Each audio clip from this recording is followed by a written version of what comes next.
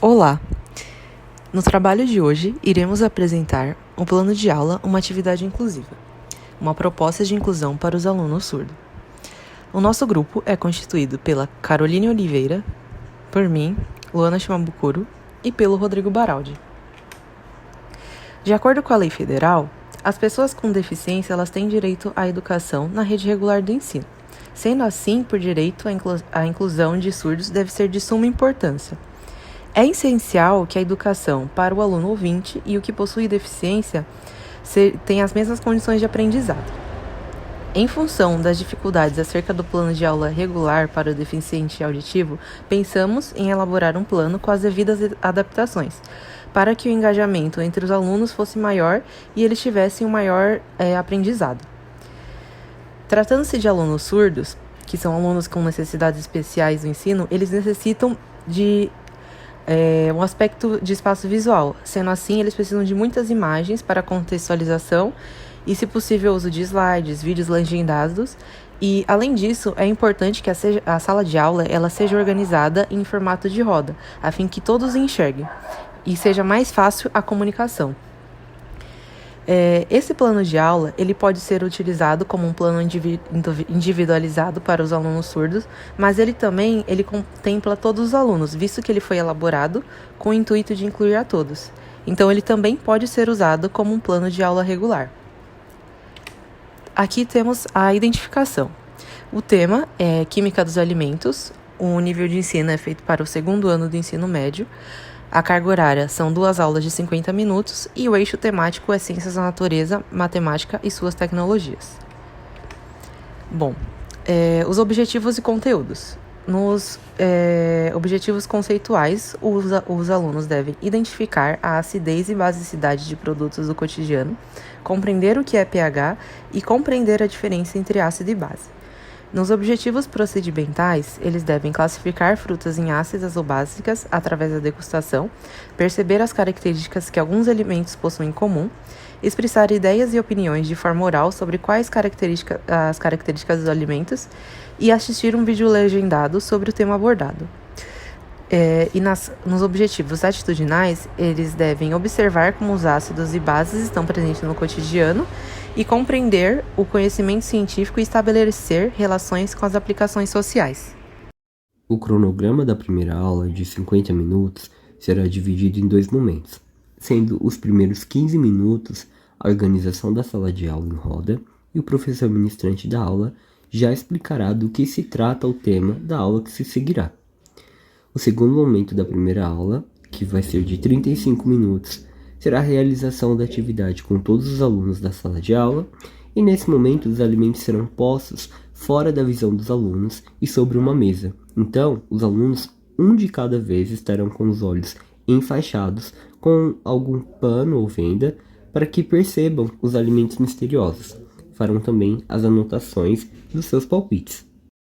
A estratégia de abordagem da primeira aula será a seguinte. Nessa aula, todos os alunos deverão organizar-se em roda na sala de aula para que todos consigam ver o rosto e corpo de todos, e assim facilitar a comunicação.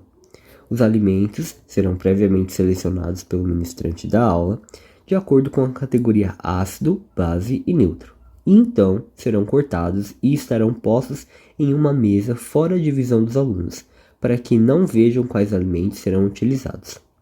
Em seguida, os alunos de forma voluntária se levantarão um por um e nesse momento o ministrante cobrirá os olhos do estudante com uma faixa e experimentarão os alimentos que ninguém, além do ministrante, saberá do que se trata. Os estudantes degustarão um alimento de cada categoria, alcalino, neutro e ácido, e em seguida retornarão aos seus lugares e anotarão seus palpites em seus cadernos. Os palpites não devem ser compartilhados nesse momento. É importante ressaltar que um dos alimentos degustados será o ovo e o ovo vai estar cozido. O cronograma da segunda aula, de 50 minutos, foi dividido em 4 momentos. Os primeiros 15 minutos, o professor ministrante, nesse momento, mostrará o vídeo legendado, que fora previamente preparado sobre o tema da aula, apresentando uma introdução de ácidos e bases pela teoria de Arrhenius e a escala de pH com seu devido uso.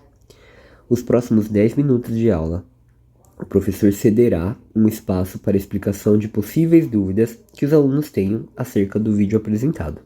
No terceiro momento, de 10 minutos, após o momento de dúvidas, será exibido em uma tela de televisão ou projetor pelo ministrante aos alunos os alimentos que os mesmos provaram na aula anterior, com seus determinados números de pH e legenda quanto à basicidade e alcalinidade. E por fim, no quarto momento, de 15 minutos, haverá uma discussão final das respostas dadas pelos alunos, se eles conseguiram estabelecer algum padrão dos sabores dos alimentos e também a respeito da opinião dos alunos sobre essa adivinhação a partir de alimentos do cotidiano. Na estratégia de abordagem da segunda aula, o professor trará um vídeo legendado de autoria própria que explicará o conceito, o qual eles entenderão ácido e base. No caso, será utilizado a escala pH e a teoria de Arrhenius para explicar a acidez e a alcalinidade dos alimentos. E em seguida, o professor ajudará os alunos em possíveis dúvidas.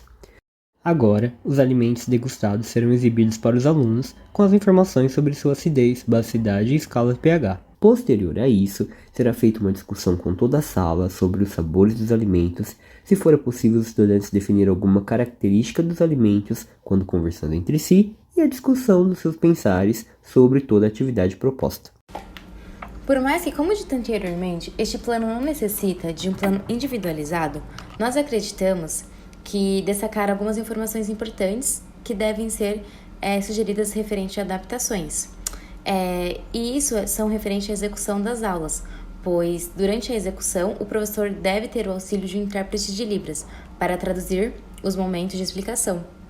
E por mais que esse intérprete esteja à disposição do professor e dos alunos, o vídeo que será apresentado na aula 2 será legendado, de forma que contemplará todos os alunos. Além disso, de acordo com o decreto número 5.626, de 22 de dezembro de 2005, as instituições estaduais, federais, municipais e do Distrito Federal de Ensino na educação básica e no ensino superior devem proporcionar aos alunos surdos os serviços de tradutor e intérprete de Libras em sala de aula e em outros espaços educacionais, bem como equipamentos e tecnologias que viabilizem o acesso à comunicação, à informação e à educação. Agora, falando sobre os recursos e responsabilidades, nós dividimos em dois tipos: os que são de obrigatoriedade da escola e os que são de obrigatoriedade do professor.